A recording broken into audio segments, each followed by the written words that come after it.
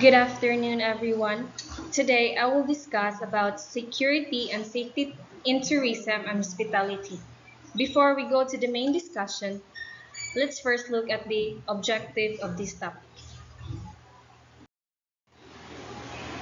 Understand safety and security in travel, learn how risks and dangers are avoided, identify security system in terminals, know the role of agencies in safety, apply precautionary measures when traveling.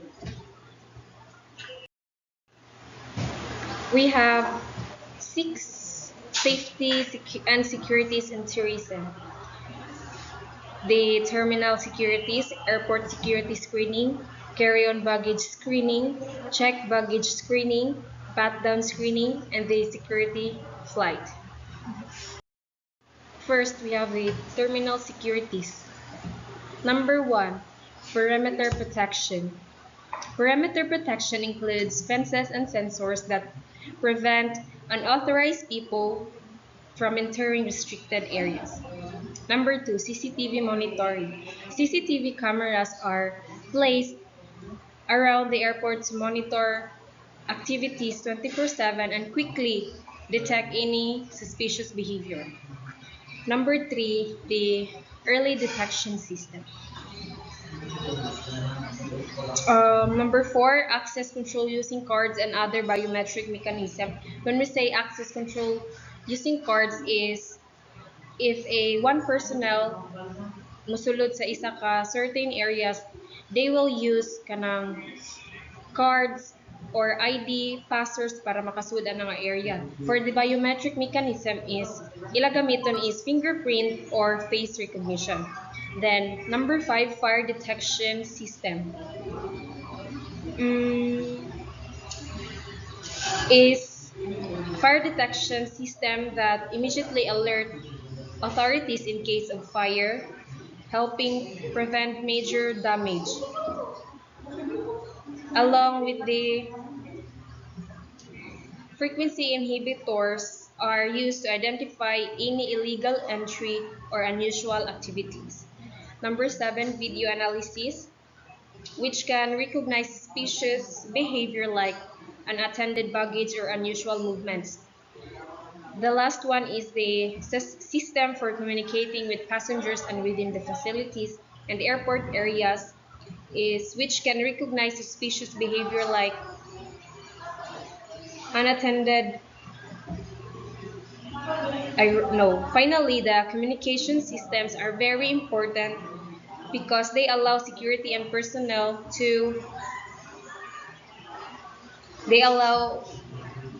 and authorities to coordinate quickly, especially during emergencies.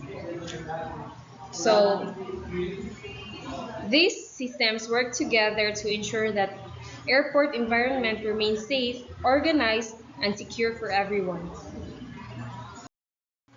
Then we have airport security screening. When security screening is a standard process where passengers and their belongings are inspected before entering secure areas to ensure that no harmful or prohibited items are brought inside. So, first thing abuhaton before mosulod sa airport is that all passengers must go through security screening. Then carry-on baggage screening. Carry-on baggage is examined using X-ray machines to detect dangerous object with strict rules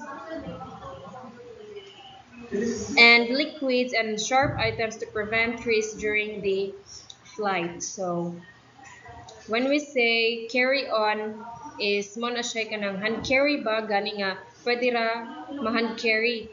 So before entering sa airplane, mo undergo gyapon og screening like imong bag is i-scan sa machine, then if makita adto nga naay mga sharp objects or liquids, madetect or makita na dayon dito, which is bawal. So kinahanglan aware ta sa rules or must follow the airline rules to avoid restricted o dili madelay sa flight. Then we have the check baggage screening. Check baggage screening is also undergoes inspection using advanced scanning system and may be open for further checking if suspicious contents are detected. So,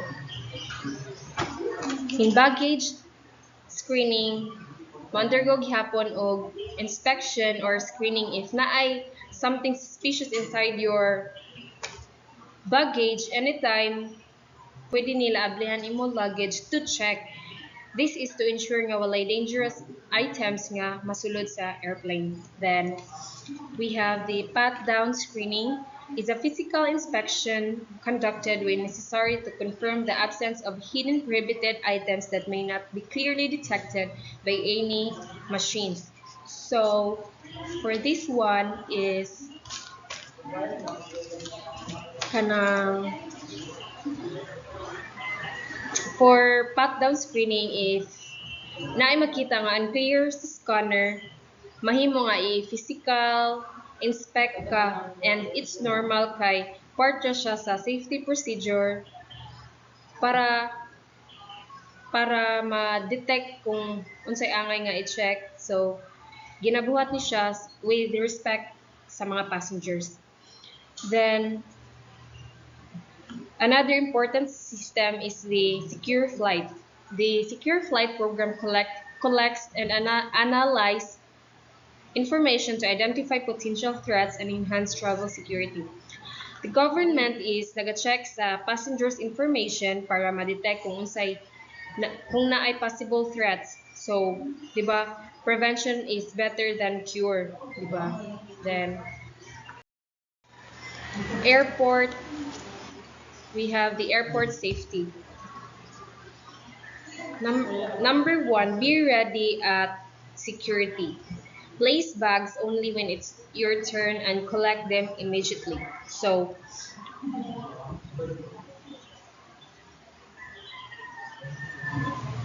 you should place your bag only when you are about to pass the scanner because this help you keep your belongings safe. Then number 2, watch out for thieves. Some work in pairs to distract and steal your belongings. So, in this koan is situation if ang mga thieves kay mag-work sila in pairs. So, the other one will makistorya nimo, i-distract ka, istoryahan ka, chika-chikahan ka para ma-distract ka sa imong mga belongings and the other one mao na to si Jay molihok para kuwaon or steal imong mga stuff or belongings. Then number 3, keep luggage close. Always keep your bag in sight and near you. Do not let your bag out of your sight. So it reduces the chance of theft. So always have your bag near you. Then, mark your bag. Use ribbon or tape to avoid bag switching. Kanang putting a kanang mark like like gamit og ribbon or tape is to kanang identify your luggage easily. This helps avoid confusion or switching. Then number 5, don't leave bags unattended. They may be removed or destroyed by security. Security may remove unattended luggage, so always watch your belongings. Then number 6, avoid unknown baggage. Stay away from unattended or suspicious bag. Stay away from unknown baggage. Avoid touching or standing near unattended baggage because it may be dangerous or suspicious. Then, number 8, check luggage upon arrival. Inspect your bag for damage or tampering. Inspect luggage after arrival. Always check your bag when you claim it. Make sure nothing is damaged or missing. So, always once nga makuha nimo imo bag, i-check jud na before ka mo lakaw. Then, keep contact with your bag. Place it near you and always maintain awareness. So, Keep your bags beside you. If you put your bag down, keep it close, then it will help you prevent loss. Then number 5, watch bags during transport. Monitor your luggage and keep valuable with things. Then observe your bags when loading into vehicles. Always i-observe imo bag. Once murag mukha na ka gani mo sakay na ka transportation. Keep important items with you like mga passport, mga IDs. Always keep important items with you. Then food safety for tourism.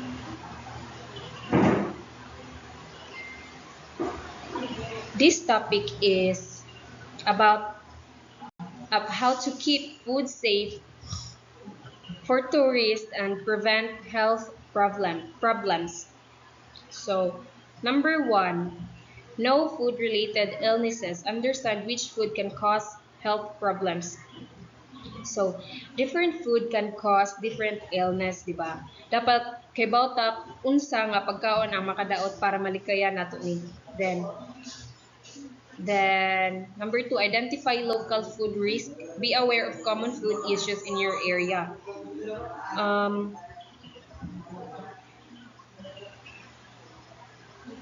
Identify always your area. So every place has its own food safety issues. Mas importante nga kay baluta unsa nga common problems sa atong mga lugar. Then number 3, monitor staff health. Ensure kitchen workers are healthy. Always siguro ang healthy ang mga gipangluto or ag nagluto kung naay sakit kay posible nga makontaminate ang food like ang nagluto kay naa si Joy sakit, then if pwede ba makontaminate ang food kung what if nailaway nga makuan, di ba murag yung ana. So always monitor staff health. Then number 4, staff health equals food safety. Food safety depends on physical and mental condition of staff. Kung be aware of food safety depends on physical and mental condition of staff. Kung dili healthy ang nagprepare sa food, physically or mentally, delikado mahagong jud nga delikado sad ang food nga i-serve. Then be aware of food allergies. Train staff to handle allergies and special diets. Many murag tanan man jud tao na ay man joy allergy, di ba? So staff should be careful kay ang sayop nga food mahimong delikado kaayo. Proper waste disposal. Dispose food waste safely and responsibly. Ang food safety dili lang sa pagkaon mismo. Apil pod ang mga sakto nga paglabay sa basura para dili makadaot sa environment. So kailangan jud nga kanang kamaot mo labay sa atong mga waste, mga basura para sa para food to avoid kanang food waste. Then regulate caterers. Apply the same safety standard to caterers. The caterers is dapat kinahanglan parehas og standard sa hotels o restaurant para safe gihapon ang mga food. So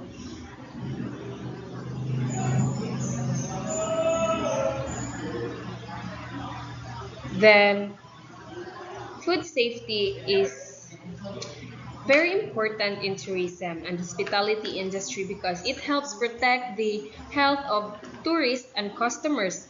Tourists expect the food they eat in hotels, restaurants, and tourist destinations to be clean, safe, and properly prepared. If food is contaminated or unsafe, it can cause illnesses that may harm tourists and damage the reputation of the tourism's business and the place itself. So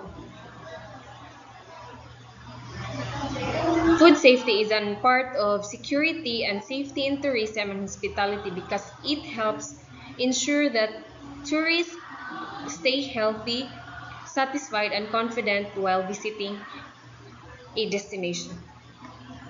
The next is the National Tourism Safety and Security Plan.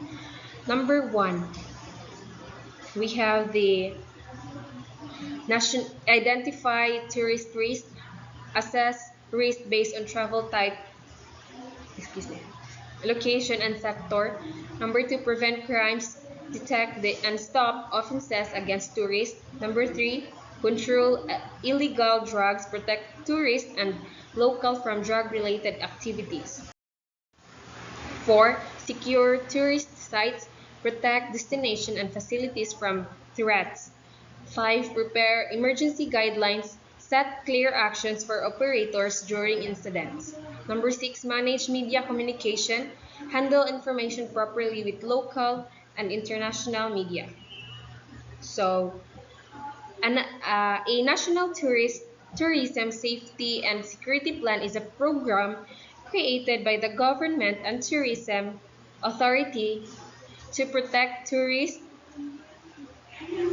tourism workers, and tourist destination. Its main purpose is to make sure that tourists are safe and secure while traveling and visiting different places. These plans includes identifying possible risks and dangers that tourists may experience, such as crimes, accidents, terrorism, natural disasters, and health emergencies. By identifying these risks, authorities can prepare safely measures and prevent problems before they happen. So, National Tourism Safety and Security Plan is important because it helps build trust and confidence among tourists. When tourists feel safe and they are more likely to visit, enjoy, and return to a destination. Last one is the 16 personal safety tips. We have 16 safety tips. Number one, pickpockets prefer to choose easy victims. Two, pickpockets and scam merchants often work in groups. Three, only carry around as much as money as you need for that day. Do not carry around haversack in your bag. 5. Do not have a camera slung around your neck. 6. If you need to look up anything on a map, go into a cafe and sit down rather than look up your destination in the streets. 7. In cafes, the restaurants, pay attention on your bag and wallet. 8. Watch out for distraction or thief scams. 9. Pay particular attention at stations. 10. Be aware of the people around you and pay attention to what they are doing. 11. Take out a travel insurance policy. 12. Keep your passport safe. 13. Do not be folded by fake policemen or undercover police.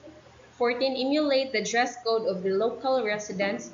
15. Avoid walking in the dark, isolated back streets, especially if you are alone. 16. When on the beach, do not leave your belongings. So that are the 16 personal tips in tourism and hospitality.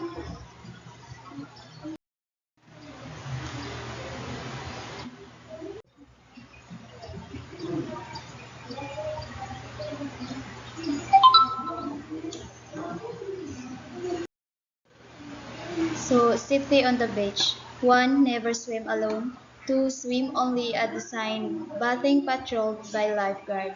3. Do not swim when drunk. 4. Do not leave your belongings unattended. 5. Place your litter in the bench provided and leave the beach as you would like to find it. 6. Do not walk alone on an isolated beach.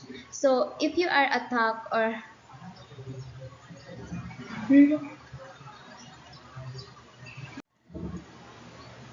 Sorry, again safety in the beach. Never swim alone. 2. Swim only at the sign bathing patrolled by lifeguard. 3. Do not swim when drunk. 4. Do not leave your belongings unattended. 5. Place your litter in the bins provided and leave the beach as you would like to find it. 6. Do not walk alone on an isolated beach. So, when going to the beach, always think about your safety. Never swim alone because it can be dangerous. It's dangerous if something unexpected happens and no one is there to help you. Swim only in areas where lifeguards are present because they can assist during emergencies. Avoid swimming when you are drunk because alcohol can affect your balance, judgment, and ability to swim properly. Always keep an eye on your ability to swim properly. Always keep an eye on your belongings and do not leave them unattended to prevent theft. Throw your trash in the proper bins and help keep the beach clean so everyone can enjoy it. Also, avoid walking alone on isolated parts of the beach because it may be unsafe, especially when there are few people around. Staying alert and following these safety tips can help you enjoy your time on the beach safely. Safety at the hotel. 1. Never leave your luggage unattended. 2. Store your valuables in the hotel safety deposit box. 3. Lock your room at all times, whether you are in the hotel or out. 4. If someone knocks, check who is it before opening. 5. Hand the case in at the desk when you leave the hotel. 6. Be observant when entering parking areas. 7. Carry your passport or travel documents. You have to alternatively carry certified copies. So when when staying at a hotel, it is important to always be careful and protect yourself and your belongings. Never leave your luggage unattended because it can be lost or stolen.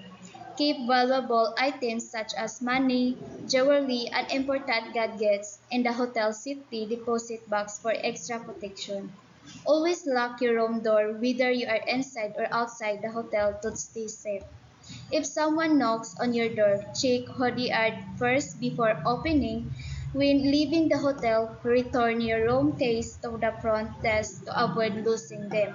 Be alert when entering parking areas because this place may be unsafe if no one is around. Also, only bring your passport or important travel documents when necessary, and carry certified copies instead to avoid losing the original documents. Following these simple safety tips can help make your hotel stay safe and stress-free. Safety in the car. 1. Plan your route in advance. 2. Keep valuables out of sight. 3. Do not pick up stranger or hijackers. 4. Keep windows closed or slightly open.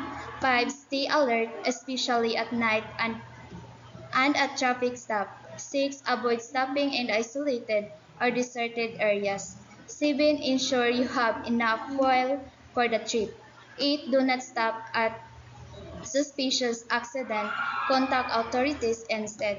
9. Do not stop if your car is hit under suspicious circumstances. So, when traveling by car, always make safety your priority. Plan your route before leaving so you know where you are going and avoid getting lost. Keep items out of sight by placing them in the truck so they will not attract thieves. Never pick up strangers or hijackers because it can be dangerous. Keep your windows closed or only slightly open to protect yourself from possible threats. Stay alert, especially at night or when stopping at traffic lights. And be aware of suspicious people around you. Avoid stopping in isolated or deserted places because help may not be available if something goes wrong. Make sure your car has enough oil before starting your trip to avoid being stranded. If you see suspicious accident or if your car is hit in a situation that feels unsafe, do not stop right away. Go to a safe place and contact the authorities for help. Following these safety tips can help keep you safe while traveling. Department of National Defense. The Department of National Defense is a government agency responsible for protecting the country from internal and external threats. It supervises the armed forces of the Philippines and other attacks agencies. It also handles disaster preparedness and management in the Philippines. So the Department of National Defense is a government agency that helps protect the Philippines from dangers both inside and outside the country. It is responsible for keeping the nation safe from threats such as terrorism, conflicts, and other security problems. The DND also supervises the armed forces of the Philippines and other agencies that help maintain peace and security. Aside from defense, it also plays an important role in preparing for disaster and help manage emergencies during natural calamities. Through these responsibilities, the DND helps protect the people and keep the country safe. So, Armed Forces of the Philippines. The Armed Forces of the Philippines is the country's military force. It is composed of the Army, Navy with Marine Corps, and Air Force. The President serves as Commander-in-Chief and works with the Department of National Defense to implement military policies. Military service in the EFP is voluntary. So, so the Armed Forces of the Philippines is the military organization that protects the country from threats and help maintain peace and security. It is made up of three main branches. The Army, which protects the air, President of the Philippines. Philippine Service is the commander-in-chief and work with the Department of National Defense to create a career or military policies. Joining the EFP is voluntary, which means people choose to serve the country as soldiers. Through their service, the EFP helps define the nation and protect its citizens. So, Office of Civil Defense. The Office of Civil Defense is under the Department of National Defense. It acts as the implementing arm of the National Disaster Risk Reduction and Management Council. It is responsible for disaster preparedness, risk reduction, and managing the effects on disaster in the country.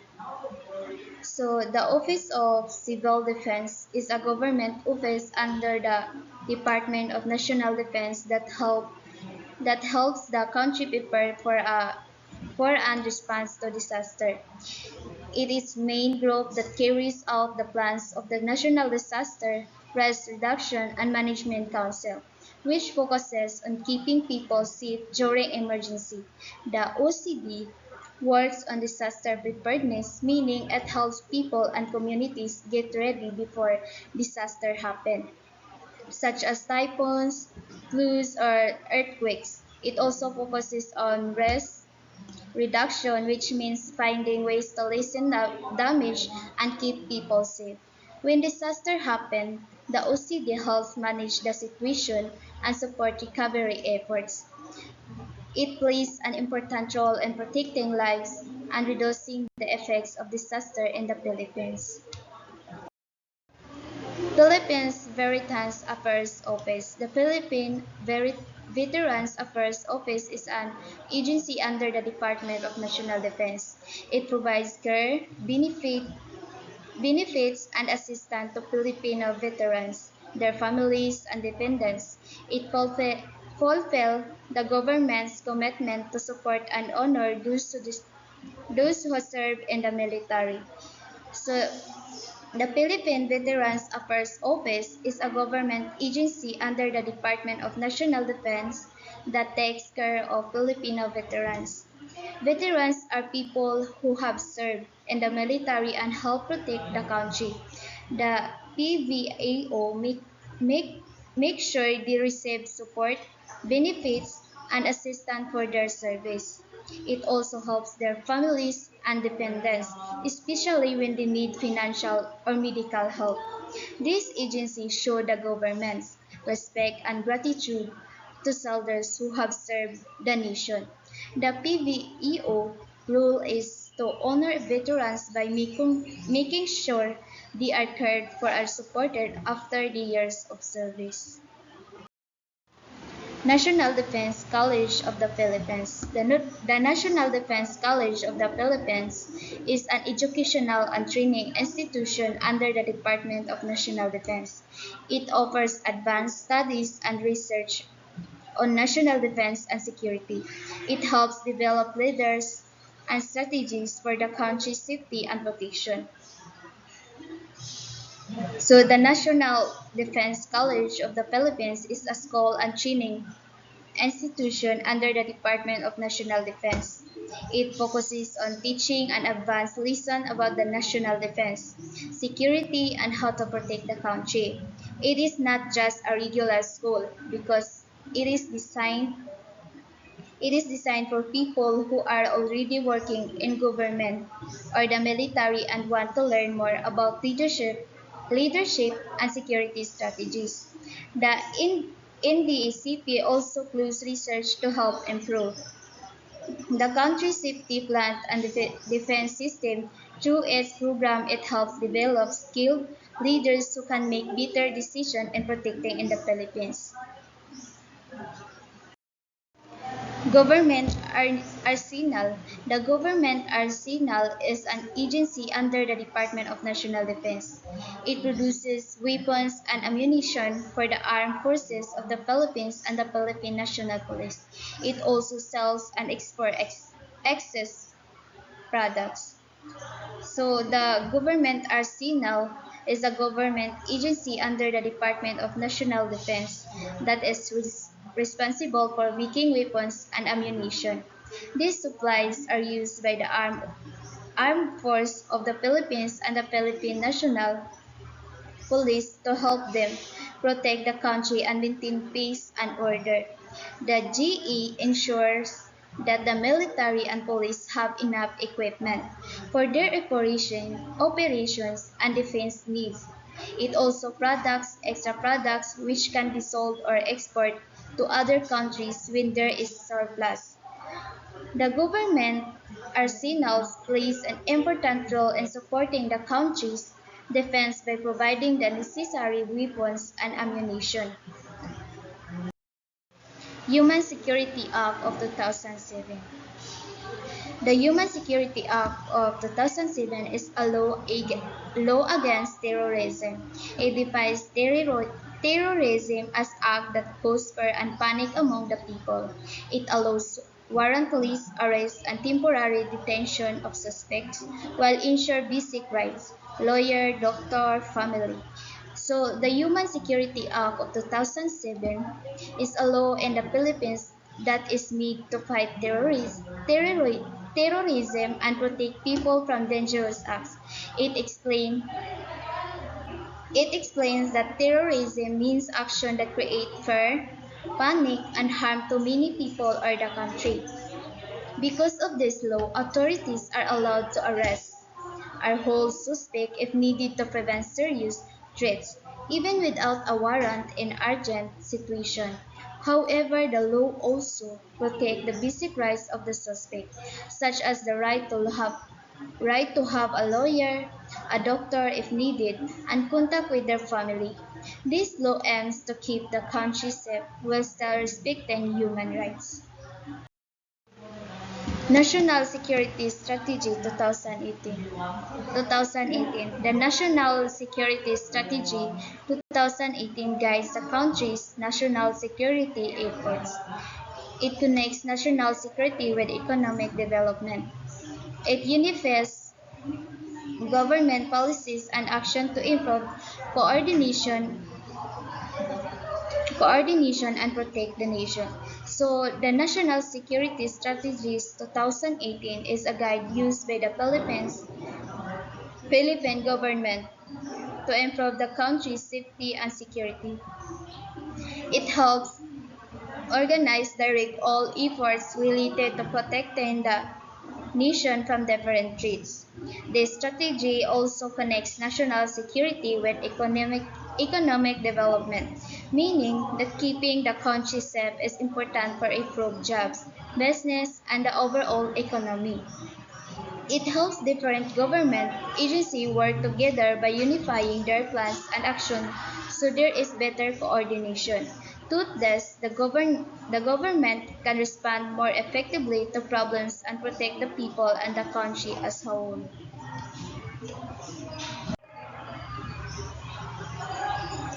National Security Strategy 2018. The National Security Strategy 2018 guides the country national security efforts. It connects national security with economic development. It unifies government policies and action to improve coordination and protect the nation. Sa ba to? Ano?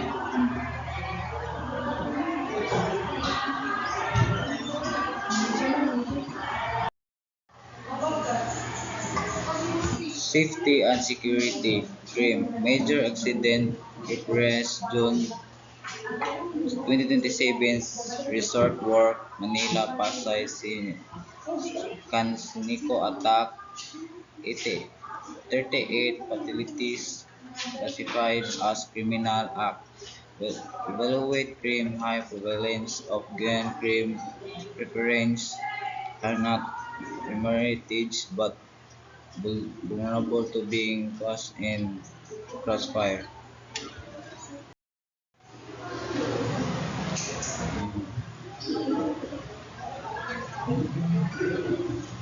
Amen.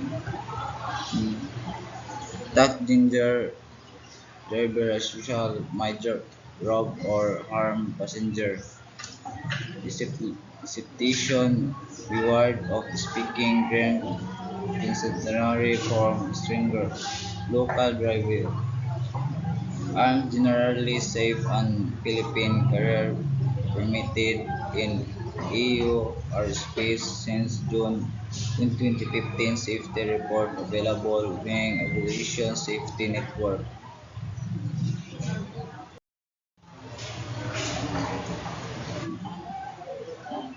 Political situation strict warning do not operate in protecting release period of emergency community work emergency national rates destination and departation.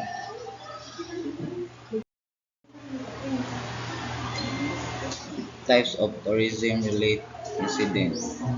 The five major accident condition.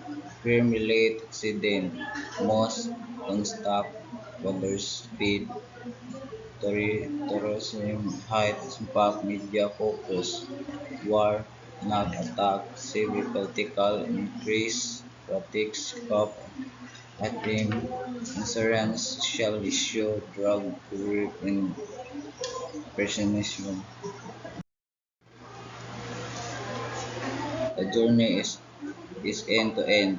Marketing effort negative new impact tourism marketing cost cutting mixture often effect security event mean marketing aims to promote the country above base budget construction and negative global new coverage. The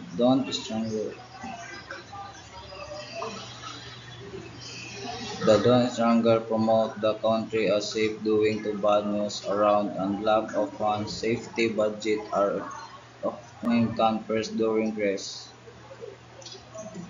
Rival tourism face rates like scam identity, the theft and arrival booking service upon arrival safety and security in transform and police public areas are concerned, the government collaborate with the private sector military for emergency preparedness.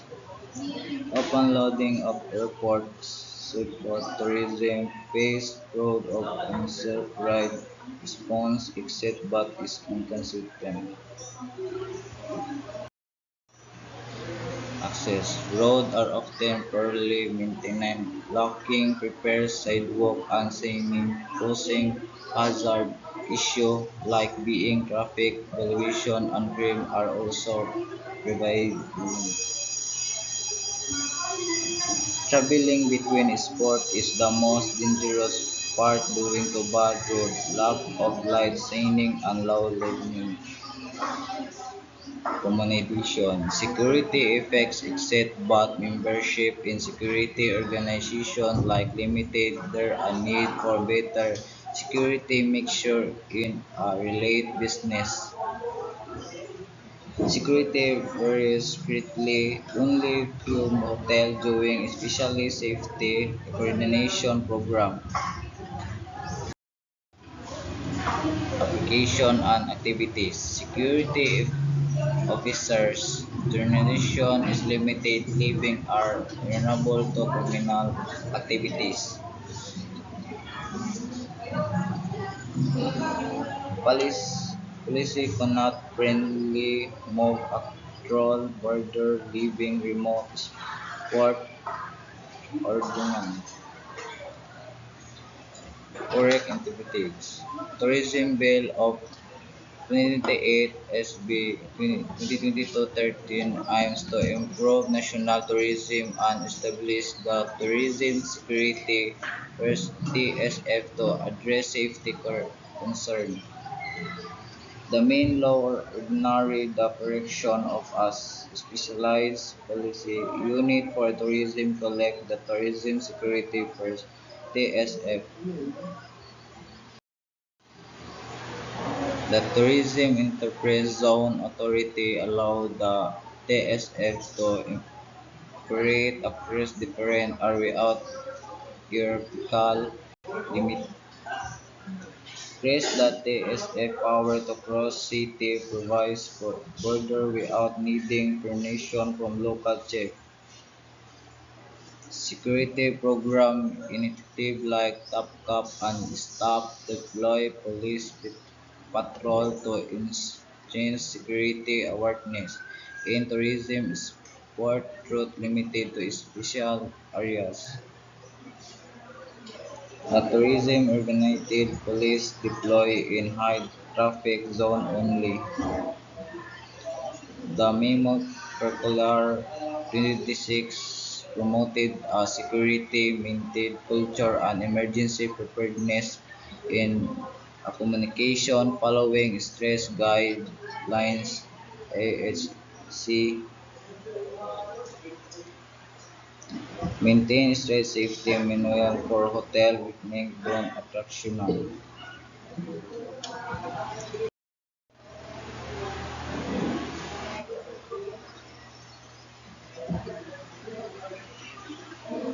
End-to-end hotel operate, focusing on correctly interpreting security law to maintain order will effective cover all speech or traveling access like between tourism zone limited witness point.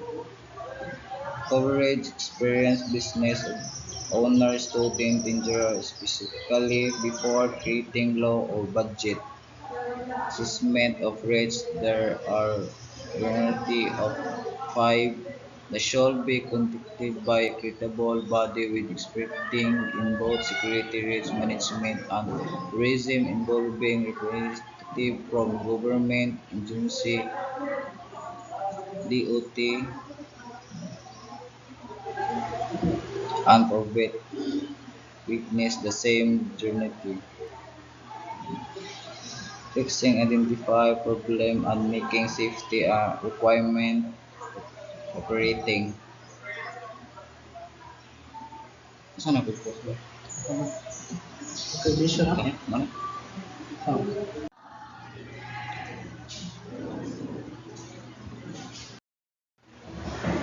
The process is time-consuming, requiring coverage of various arrival routes, facilities, attractions, and stakeholder interviews.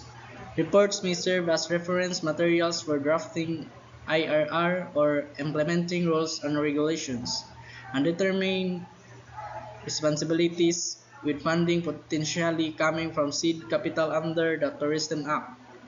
Remedial measures. Reports suggest actions to address issues. These are reviewed before implementation and compliance to official accreditation. Accreditation system for all stakeholders for the 5A. An accreditation system for all stakeholders based on the 5A is a structured process used to evaluate, recognize, and ensure that organizations, individuals, and institutions meet quality standards by focusing on 5 key principles. The first is availability. Ensure that resources, serves, and opportunities are present and sufficient for all stakeholders. Availability is kanang pagsiguro nga adunay igo nga serbisyo o resources.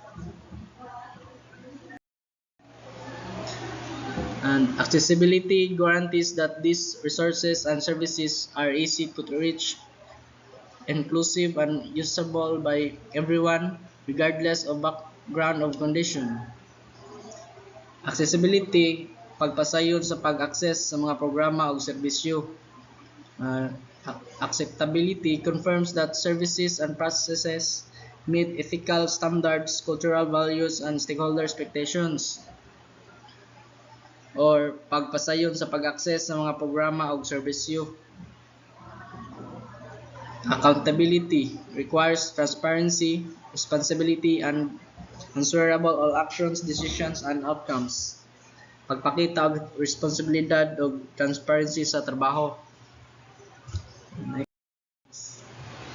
And assurance provides confidence through continuous monitoring, evaluation, and improvement to maintain quality and compliance.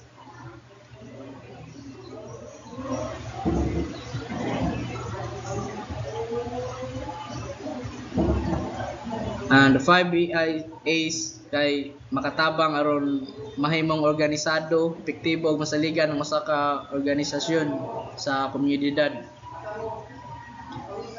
Assimilation of security, safety, and emergency response program. Integration of systems combines security, safety, and emergency response coordinated program.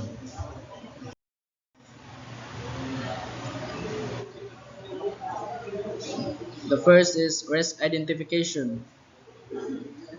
Identifies potential hazard threats and vulnerabilities in the environment. Preparedness planning. Develops plans and procedures for emergencies, fire, disasters, or accidents.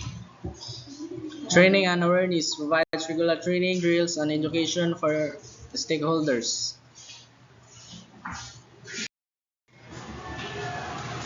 Communication system establishes clear communication channels during normal and emergency situations.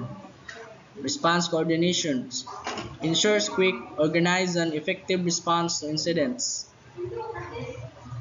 Resource management allocates necessary equipment, personnel, and safety and response. Simulation of security, safety, and emergency response program means the proper integration and implementation of plans and procedures to protect people, property, and the environment during normal situations and emergencies. It includes preparedness, coordination, risk prevention, and quick response to accidents, disasters, or threats to ensure everyone's safety and security.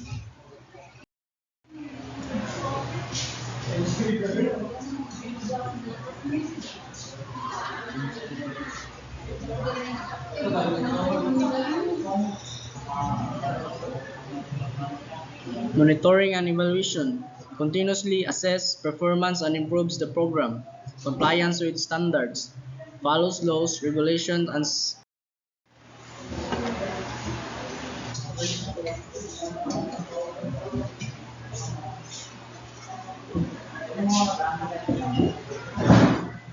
Chapter 11 Protective Environments for Children and Destinations.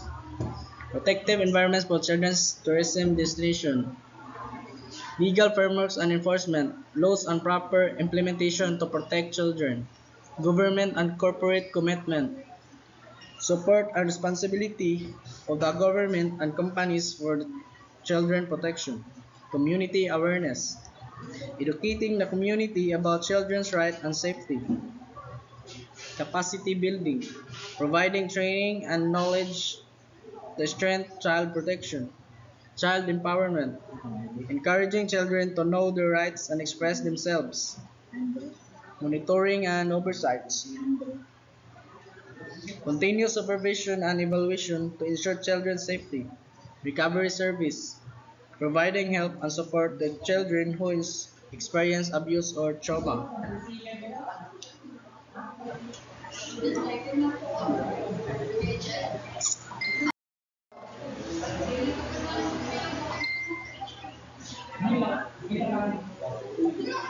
International laws and policies, local and international, international laws and frameworks, UN Convention on the Rights of the Child, or UNCRC,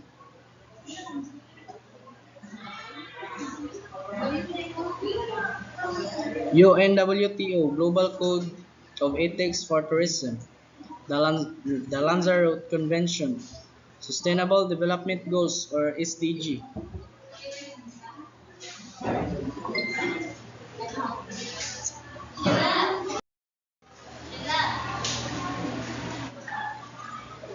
local national laws and policies, Child Protection and Welfare Acts, extraterritorial jurisdiction, labor and anti-trafficking laws, mandatory reporting laws, industry specific policies, the code, TAPS, corporate zero tolerance policies, child safeguarding policies.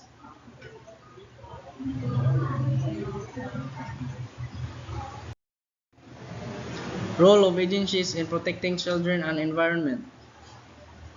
Government and private agencies help enforce laws and provide information about child safety. They give training, advice, and support to the tourism and hotel industry. Their goal is to make travel policies safe, especially for children. A protective environment for children destination refers to a safe and supportive place where children are protected from abuse, exploitation, violence, and other dangers while traveling or staying in a destination. It includes proper security measures, responsible tourism practices, community support, and access to basic services to ensure the safety, rights, and well-being of every child. Ganga. Department of Environment and Natural Resources, DNR, works with the Department of Tourism to protect nature while promoting tourism. Ensure, ensures that tourism projects do not harm biodiversity and natural resources. Supports sustainable tourism development in different parts of the country. Helps protect wildlife, forests, and natural attracting. Boracay Island is an example where efforts are maintain cleanliness and environmental quality.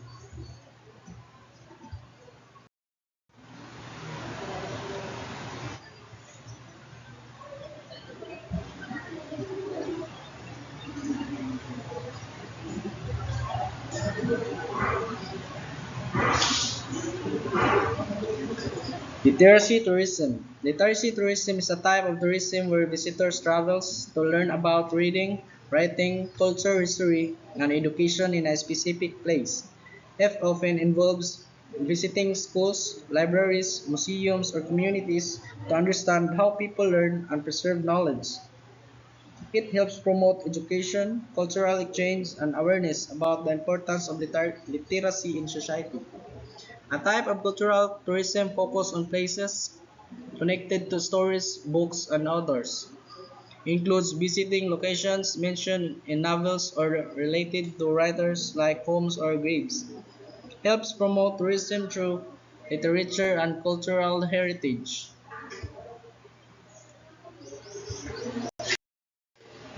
Thank you.